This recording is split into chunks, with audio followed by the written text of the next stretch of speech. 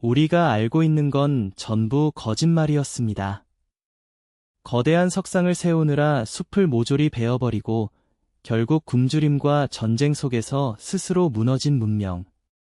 이스터 섬 이야기는 오랫동안 그렇게 팔려왔거든요. 인간의 탐욕이 자연을 파괴하면 어떤 결말을 맞는지 보여주는 완벽한 우화처럼 말이죠. 그런데 마지막 장면을 먼저 보면 이상한 점이 하나 보입니다. 섬을 파괴한 건 석상을 만든 사람들이 아니었습니다. 진짜 재앙은 바다 저편에서 배를 타고 왔습니다. 한때 수천 명이 살던 라파누이 섬. 바람이 쉬지 않고 불고 나무가 사라진 화산섬 위에 사람 키의 몇 배나 되는 얼굴들이 줄지어 서 있었습니다. 그런데 19세기 말 이 섬에 남은 원주민은 겨우 100여 명. 말 그대로 한 공동체가 거에 지워진 겁니다. 자, 여기서 우리는 당연히 묻게 됩니다.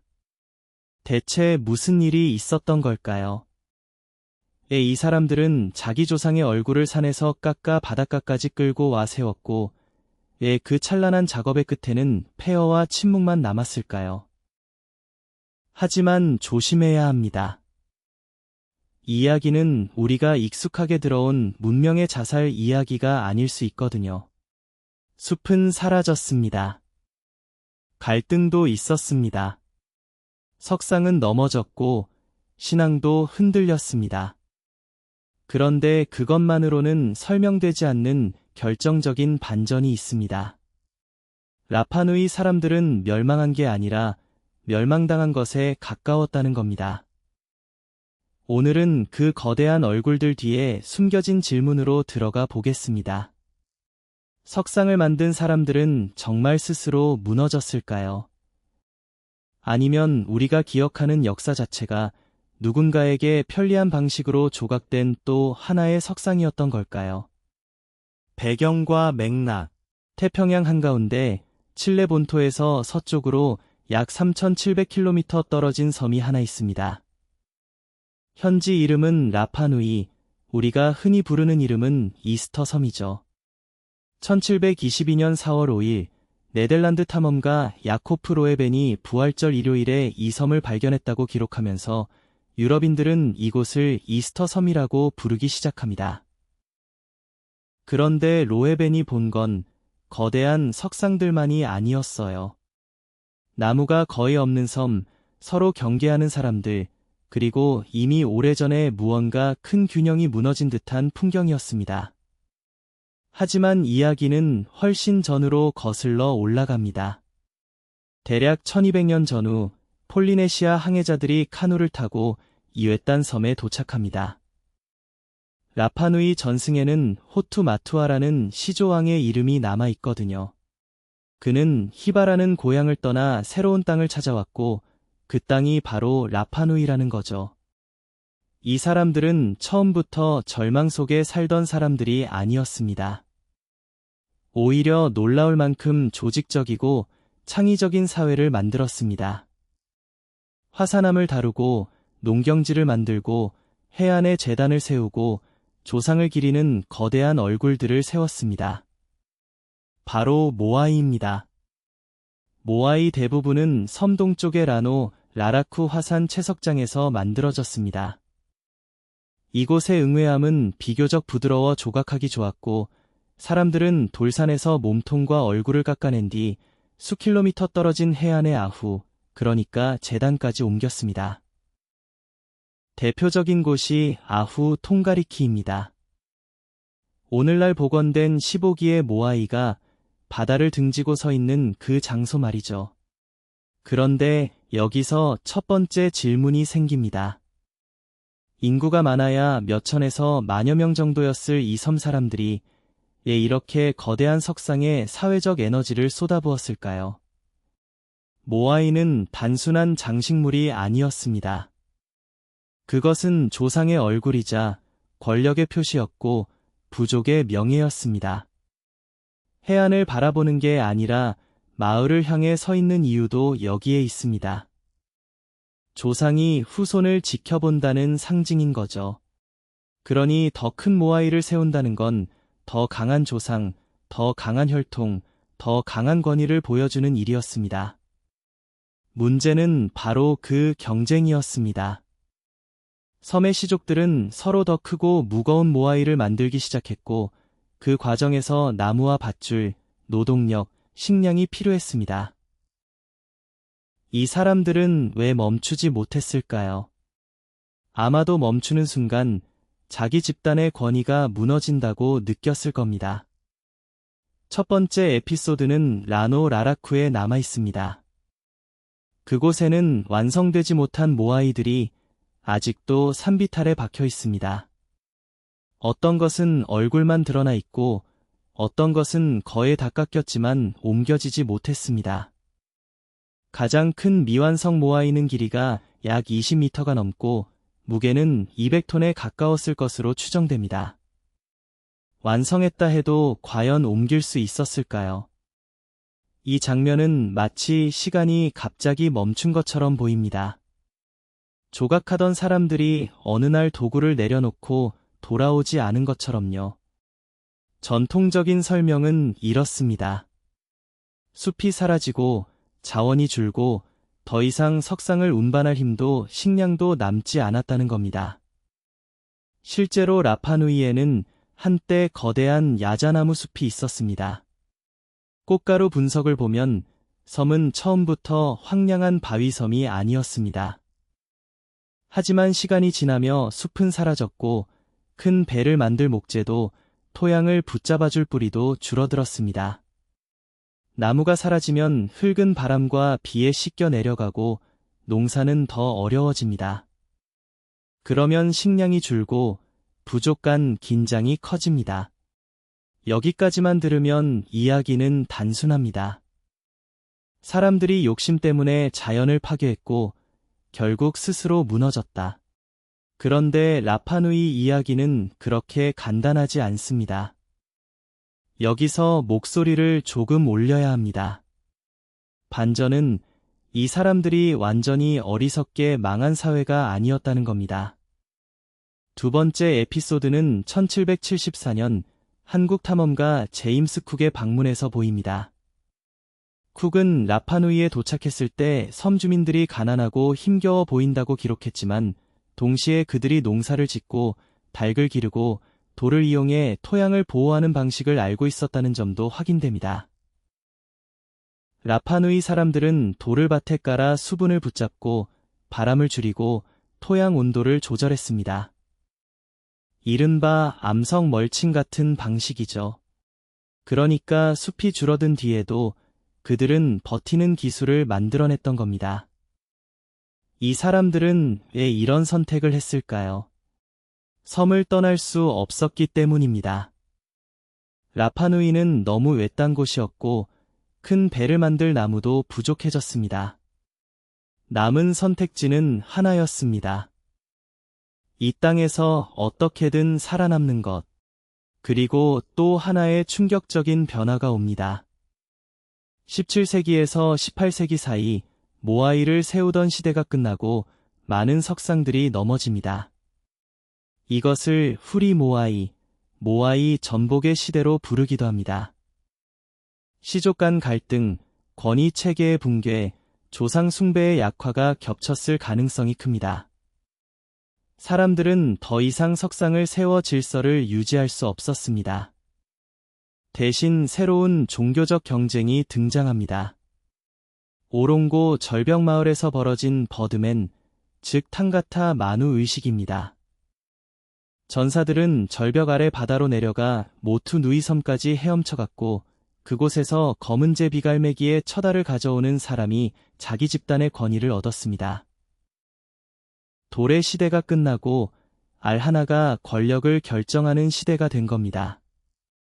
그렇다면 라파누이 사람들은 어떻게 멸망했을까요? 정확히 말하면 그들은 석상을 만든 뒤 곧바로 전부 사라진 것이 아닙니다. 사회는 무너지고 재편되었고 사람들은 계속 살아남았습니다. 진짜 재앙은 외부에서 왔습니다. 1862년 페루 노예상들이 라파누이를 습격해 많은 사람들을 끌고 갔고, 그 중에는 지도자와 지식인, 문자를 알던 사람들도 포함되어 있었습니다. 살아 돌아온 이들은 천연두 같은 질병을 가져왔고, 인구는 급격히 줄었습니다. 1877년 무렵 라파누이 인구는 111명 정도까지 떨어졌다고 알려져 있습니다. 이쯤 되면 우리가 묻던 질문이 바뀝니다. 그들은 왜 멸망했나? 가 아니라 그들은 어떻게 그토록 오래 버텼나? 가 되는 거죠. 이스터 섬의 진짜 비극은 거대한 석상을 세운 사람들이 자연을 모두 탕진해서 벌을 받았다는 단순한 교훈이 아닙니다. 고립된 섬에서 권력과 신앙, 자원과 생존이 서로 얽히며 사회가 흔들렸고, 거기에 유럽인의 방문, 노예 사냥, 전염병, 식민 지배가 마지막 균열을 밀어붙인 이야기입니다. 모아이는 그래서 죽은 문명의 묘비가 아니라 끝까지 의미를 만들려 했던 사람들의 얼굴입니다. 바다를 등지고 마을을 바라보던 그 얼굴들. 어쩌면 지금도 우리에게 묻고 있는 건지도 모릅니다. 우리는 무엇을 지키기 위해 무엇을 너무 오래 계속하고 있는 걸까요? 반전과 전개. 그런데 아무도 예상 못한 일이 벌어집니다. 우리가 오래 믿어온 이야기는 이랬죠. 라파누이 사람들이 거대한 모아이를 세우느라 숲을 모조리 베어냈고, 결국 배도 못 만들고 식량도 떨어지고 서로 싸우다 무너졌다는 이야기. 인간의 욕망이 섬 하나를 끝장냈다는 아주 선명하고 무서운 교훈처럼 들리거든요. 그런데 최근 연구들이 보여주는 그림은 조금 다릅니다. 반전은 바로 여기 있습니다. 그들은 생각보다 오래 버텼고 생각보다 영리하게 적응했습니다. 나무가 줄어든 건 사실입니다. 하지만 그들은 무너져 내린 사람들이 아니라 척박해진 땅에서 돌을 이용해 바람을 막고 수분을 붙잡는 농법을 만들었어요. 작은 돌밭을 깔고 그 사이에 고구마를 심었습니다. 화산섬의 거친 땅을 말 그대로 손으로 다시 설계한 거죠. 첫 번째 에피소드는 1722년 부활절입니다.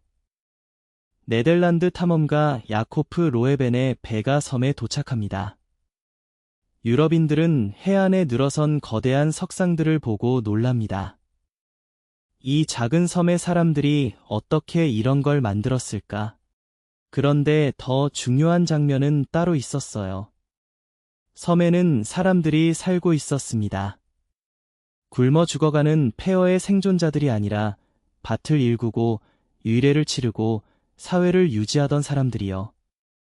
우리가 상상한 완전한 붕괴가 이미 끝나 있었다면 이 장면은 설명이 안 되는 겁니다.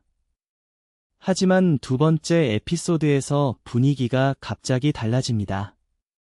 1862년 페루 노예상들이 섬에 들이닥칩니다. 이들은 라파누이 사람들을 납치해 노동력으로 끌고 갑니다. 그 중에는 지도자, 사제, 조상들의 노래와 계보를 기억하던 사람들이 포함돼 있었죠. 한 사회에서 글 대신 기억과 의례가 역사를 붙잡고 있었다면 그 기억을 가진 사람들이 사라진다는 건 단순한 인구 감소가 아닙니다. 도서관이 불타는 일이고 지도 전체가 찢기는 일인 거죠. 그리고 세 번째 충격이 이어집니다. 끌려갔던 일부 사람들이 돌아오지만 그들이 가져온 것은 가족의 재회만이 아니었습니다. 천연두 같은 전염병이 함께 들어옵니다. 바깥 세계의 병원균을 거의 겪어보지 못했던 섬 공동체는 속수무책이었어요. 여기에 선교사, 외부 상인, 양 목장이 들어오면서 사람들은 조상의 땅에서 밀려납니다. 모아이가 바라보던 해안과 마을은 점점 낯선 권력의 장부 속으로 들어가 버립니다. 그러니까 진짜 반전은 이겁니다. 이스터 섬 사람들은 자신들의 어리석음만으로 사라진 게 아니었습니다. 물론 그들의 사회에도 갈등이 있었고 환경 변화도 있었고 나무가 줄어든 문제도 있었죠. 하지만 결정타는 외부에서 왔습니다. 노예 사냥, 전염병, 식민 지배, 그리고 토지 박탈. 우리가 문명의 자멸이라고 단순하게 불렀던 이야기는 사실 훨씬 더 복잡하고 훨씬 더 아픈 접촉의 역사였던 겁니다. 그래서 모아이를 다시 보면 느낌이 달라집니다. 그것들은 오만의 상징만은 아니에요. 바다를 등지고 마을을 바라보는 얼굴들. 마치 조상들이 후손을 지켜보는 듯한 그 시선은 무너지는 사회의 허영이라기보다 공동체를 붙잡으려는 기억의 장치였을지도 모릅니다.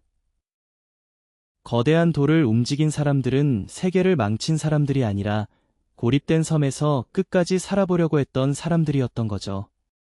그리고 여기서 목소리를 조금 높일 수밖에 없습니다. 그들은 멸망하지 않았습니다. 라파누이의 후손들은 지금도 살아 있습니다. 언어를 되찾고 조상의 이름을 부르고 모아이를 단순한 관광 사진이 아니라 자기들의 역사로 다시 세우고 있습니다.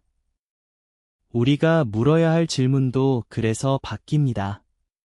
그들은 왜 스스로 망했을까? 가 아니라 우리는 왜 그들을 그렇게 쉽게 망한 사람들로 기억했을까? 클라이맥스. 그리고 여기서 두 번째 반전이 나옵니다. 우리는 너무 오래 이스터 섬의 비극을 이런 식으로 상상해왔습니다. 거대한 석상을 세우느라 숲을 다 베어버린 사람들. 나무가 사라지자 배를 만들 수 없게 되고 농사는 무너지고 부족끼리 싸우다가 결국 자기 손으로 문명을 끝장낸 사람들. 아주 선명한 이야기죠. 인간의 욕망이 자연을 파괴했고 자연을 잃은 인간이 스스로 무너졌다. 교훈도 분명합니다. 그래서 이야기는 오래 살아남았거든요. 그런데 정말 이상한 점이 하나 있습니다. 유럽인들이 처음 라파누이에 도착했을 때 그곳에는 사람들이 살고 있었습니다. 굶주림으로 사라진 폐허가 아니었습니다. 모아이를 만든 사람들의 후손이 여전히 밭을 일구고 유래를 이어가고 섬의 거친 환경에 맞춰 살아가고 있었던 겁니다. 숲은 사라졌지만 사회가 완전히 끝난 것은 아니었어요. 오히려 그들은 돌로 바람을 막고 흙의 수분을 지키는 농법을 만들었습니다. 닭을 키우고 고구마를 재배하고 바위투성이 땅을 이용하는 방법을 찾아냈죠. 그러니까 이 섬의 이야기는 단순한 자멸담이 아니었던 겁니다. 결국 진짜 이유는 이것이었습니다. 라파누이를 무너뜨린 가장 치명적인 힘은 섬 안에서 시작된 욕망이 아니라 섬 밖에서 밀려온 세계였습니다. 1862년 페루의 노예 사냥선들이 라파누이에 나타납니다. 그리고 사람들을 잡아갑니다. 그냥 몇 명을 납치한 정도가 아니었습니다. 섬의 인구 가운데 엄청난 비율이 끌려갔고 그 안에는 왕족, 제사장, 기술자, 기억을 전승하던 지식인들이 포함되어 있었습니다. 한 사회의 팔과 다리만 베어낸 것이 아니라 머리와 목소리까지 빼앗아 간 셈인 거죠. 여기서 목소리가 올라갈 수밖에 없습니다. 모아이를 옮긴 방법보다 더 무서운 미스터리는 그 방법을 알고 있던 사람들이 왜 침묵하게 되었는가입니다. 돌이 말을 잃은 게 아니라 사람들의 입이 사라진 겁니다. 끌려간 사람들은 남아메리카의 가혹한 노동 현장에서 죽어갔습니다. 국제적 비난이 커지자 일부를 돌려보내려 했지만 살아서 돌아온 사람은 극히 적었습니다. 그런데 이 귀환은 구원이 아니었습니다. 돌아온 이들이 섬에 함께 가져온 것이 있었거든요. 천연두였습니다. 면역이 없던 라파누이 사람들에게 그 병은 칼보다 빠르고 파도보다 조용하게 퍼졌습니다. 그리고 그 뒤의 숫자는 거의 믿기 어렵습니다. 한때 수천 명이 살던 섬은 1877년 무렵 100여 명 남짓한 생존자만 남은 곳이 됩니다. 생각해보세요. 전쟁 하나가 아니라 납치와 강제노동, 전염병, 선교와 식민 지배, 토지 수탈이 연달아 겹친 겁니다. 한 세대 안에 인구가 무너지고 계보가 끊기고 유래가 중단되고 문자를 읽던 사람들이 사라집니다. 라파누이의 롱고롱고 문자가 왜 끝내 완전히 해독되지 못했는지 그 이유도 이 비극과 맞닿아 있습니다. 글자가 어려워서만이 아니라 그 글자를 살려내던 사람들이 사라졌기 때문인 거죠. 그러니까 이스터 섬의 진짜 클라이맥스는 사람들이 나무를 베다가 벌을 받았다는 이야기가 아닙니다. 그건 너무 편리한 결론입니다. 오히려 진짜 비극은 살아남고 있던 사람들이 외부 세계의 폭력에 의해 너무 빠르게, 너무 조직적으로 찢겨나갔다는 데 있습니다. 모아이는 폐허의 상징처럼 보입니다. 하지만 가까이서 보면 조금 다릅니다. 그 거대한 얼굴들은 실패한 문명의 묘비라기보다 끝까지 버틴 사람들의 증언에 가깝습니다. 숲이 사라진 섬에서도 그들은 적응했습니다. 척박한 땅에서도 살기를 만들었습니다. 하지만 총과 병균과 노예선, 그리고 식민지의 계약서 앞에서는 달랐습니다. 그래서 우리가 물어야 할 질문도 바뀝니다. 그들은 왜 스스로 멸망했을까? 가 아니라 왜 우리는 그렇게 오랫동안 그들이 스스로 멸망했다고 믿고 싶어 했을까? 그 질문 앞에서 모아이의 표정이 달라집니다. 침묵하는 돌이 아니라 아주 오래된 고발처럼 보이기 시작하는 거죠. 마무리. 그리고 여기서 중요한 반전이 하나 있습니다. 이스터 섬 사람들은 완전히 사라진 게 아니었거든요. 무너진 건 한민족의 존재가 아니라 석상을 세우던 시대의 질서였던 거죠. 숲이 줄고 경쟁이 거칠어지고 외부 세계가 들이닥치면서 라파누이의 삶은 돌이킬 수 없이 바뀌었습니다.